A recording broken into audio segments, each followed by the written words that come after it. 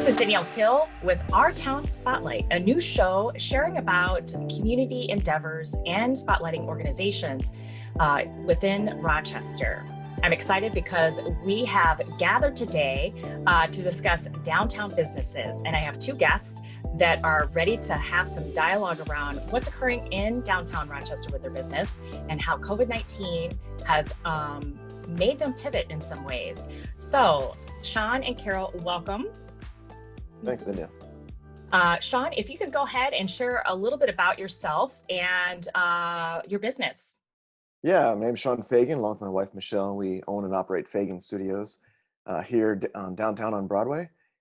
Been down in this building for about 13 years now. So it's been interesting to see downtown change over just those years even. But we run a photography portrait studio. We do a lot of commercial work, a lot of family, high school seniors, portrait photography out of our old building down here. And then we also rent out the first floor under Studio 324 for small private events as well. So we operate two small businesses out of our building down here. And I bet you have seen changes. So we'll dig into that just a little bit more in a bit. Carol, go ahead and share a little bit about yourself and your business. Yes, my name is Carol Bitton. I own Counterpoint in the Galleria. My husband and I have owned it since 1996, which is quite a long time. We've expanded over the years. We started with 1,000 square feet and now we're about 6,000. We have two stores upstairs, the home store and the Eileen Fisher store. We love downtown. We love where we are. And our store, as many people know it, is not like any other store in town. Well, that's awesome. You have Shawn beat as far as the length of time downtown. So I am sure you've seen a lot of change compared to that. So let's talk about those changes. COVID-19 has presented some challenges, especially for downtown business, including some of the construction that has occurred down there. How has your business pivoted in the face of the pandemic? And what are you doing to make sure that it is not a barrier to access for people to get to your stores? And Shawn, you can go ahead, or Carol, whoever wants to dive right in. Well, we did have to close for 2 months in March, and we reopened with a plan to be safe. First of all, it was safety, and we wrote a plan, a very extensive plan on how to do that. We retrained our staff at that time, which were 7 people. We're now 3 people working. We have, from day one, worn masks, required people to put sanitizer on. We watch everything. We're very friendly, but many people really appreciate that we do that. And so we're glad to continue in that fashion. We are launching a website probably this week. It's taken us a long time to get that going, and it will come out. Shawn has helped me with that, with pictures. And Oh, so awesome.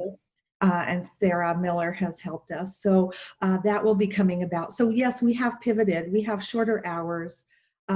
As much as people say construction and COVID have hit us at one time, if it had to hit us, it was better to hit us at one time and be done. I only can say to everyone in town and out of town, all roads lead to downtown and they are open. So as much as people think that it's closed, there's too much construction, the roads are open. It's easy to get to us. There are new ramps open. It's a pleasure to park in them and to go through something clean and come through the skyways to us, or to walk on the street to get to Shawn. So nothing is really an obstacle right now as far as construction and COVID. We're dealing with it the best we can. It is what we call the new norm, and we just get used to it. And I think people are getting used to it, and it is this.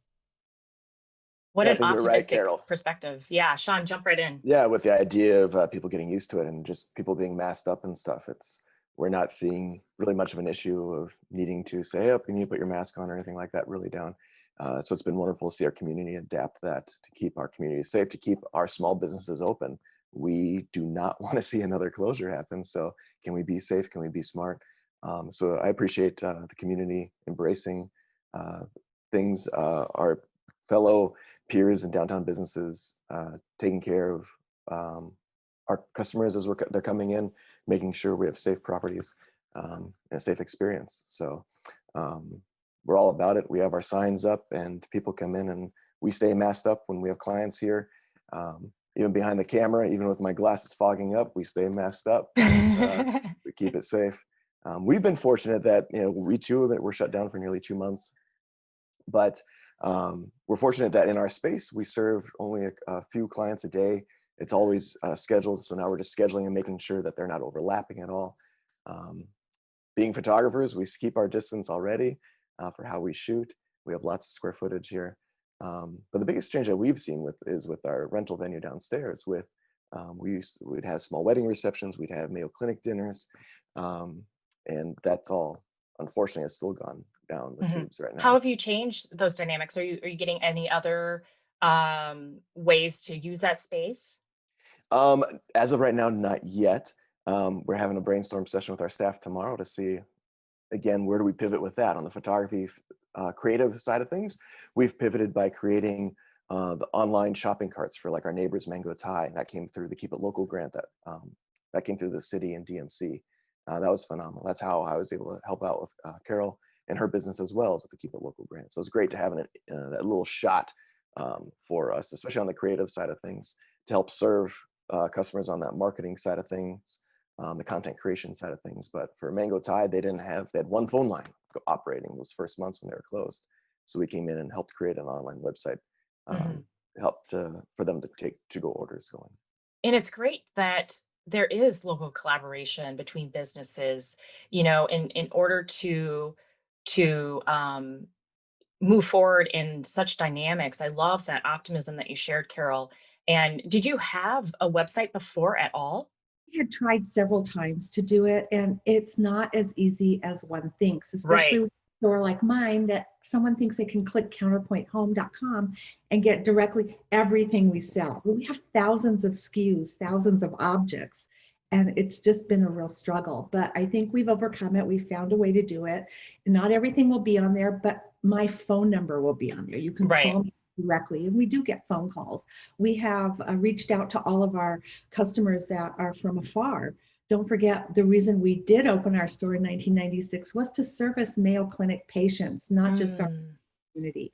So we have a rapport with about, I guess, 900 and something people from afar, if not more. So we're connected with them, they're connected with us. But I wanted to go back to us being a downtown and being all connected. This is the first time in all these years I have seen all of the businesses really want to be under one umbrella.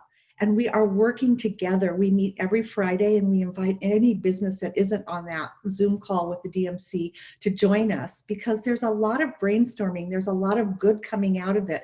There's a lot of collaboration and doing video work and producing things for our hotels that show what is downtown, where can you go, what can you do. So I think this is really a milestone for all of us, and it's good for our community to know that we're not just Counterpoint and Fagan Studio. We are a downtown business section, and we offer a lot to our locals, not just to our visitors. I can appreciate the solidarity, and that's something that I want to touch on a little bit more. Um, how can the community support businesses downtown with the perceived limitations and barriers of the construction and COVID-19 safety? What are ways that they can support your businesses? I personally feel if they would just make the step to come downtown, park in the ramp behind the Broadway Plaza. It's the new ramp. You'll feel like you're in a big city, first of all. It has a different pace system than other ramps. Walk through the skyways. Come down and visit us. We're mostly open during the daytime right now because of limited staffing. So probably 11 to 6 p.m., 11 a.m. to 6 p.m. is your best bet. Come down and see for yourselves. Of course, it's only Monday through Friday right now. We hope to extend it through the holiday to Saturdays. But I think they have to come. We did produce a new map. It's called the Easy Map, and all of us have it. If you just look at that map, you will be amazed to see how many businesses we actually do have in the downtown corridor, and how many restaurants and how many service businesses. It is really amazing. So you could come down and ask any one of us to give you that map or find it in one of the slots or just walk around. Also, the construction is an interest point. It's so interesting to see what they have done in such a a short period of time. Trees, the screen pool is almost ready. I mean, so much construction. Yes, it has hindered a lot of us, but you know what? It's over. It's getting over. It's getting better. We see the light in the tunnel. So I just invite everyone to come down.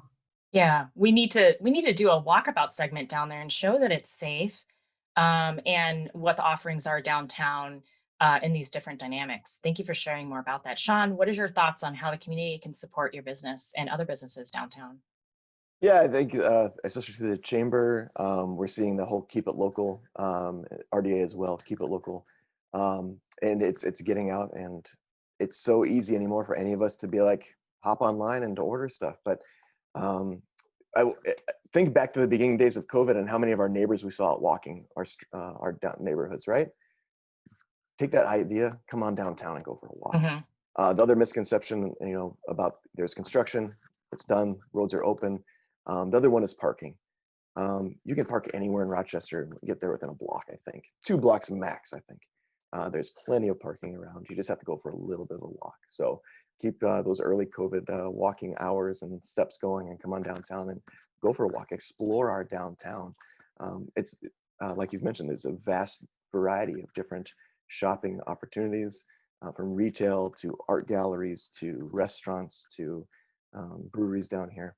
So it's the idea of like, come on down. Unfortunately, we do have a downtown. A lot of times, 5 p.m. comes and people leave. We're also seeing fewer people working downtown. So perhaps that would be your invitation to come on down, visit downtown during these times. Winter's coming. We have a lot of restaurants and retail spaces that'll need additional traffic flow. People always say, "Oh, we love having you in our community and stuff like that." Come downtown. Come Yeah. shop local. I also think people shouldn't forget the pedestrian subway. There's a lot going on down there. It's not just the Galleria. It's just not the street. There's Tangerine and Nail Envy and Eagle Drug that are all down there. They're all open for business, and they all have wonderful products that yes, you can buy them online, but why not support your local merchants and keep your money here in town? Keep it in town. I think it's really key that you bring up that there's plenty of parking and access. The accessibility is there, is present, and people may not know that. So it's good that you have shared that. It would be really cool to do kind of a segment where we walk around downtown and we show how businesses are being safe, how it's accessible, and how people can get to the downtown businesses. I really appreciate you two being here today. It's going to be informative for our listeners and viewers to know more about what's going on downtown in these different dynamics, because it is our new normal. It's our new normal, and we wish nothing but the best for the downtown businesses, you two, and we hope that the community will rally and continue to rally around these businesses. Thank you so much for being on the show, and a big thank you to Sylvia at 125 Live. She is amazing. She has coordinated and put together these shows. We really appreciate her. A big shout out to Annie, the producer. I work with her often, and she is just phenomenal to work with. She's one that beautifies all of this. If you want to listen to this podcast, Our Town Spotlight, you can listen to it anytime or watch it on YouTube. This is Danielle Teal, happy to be your moderator.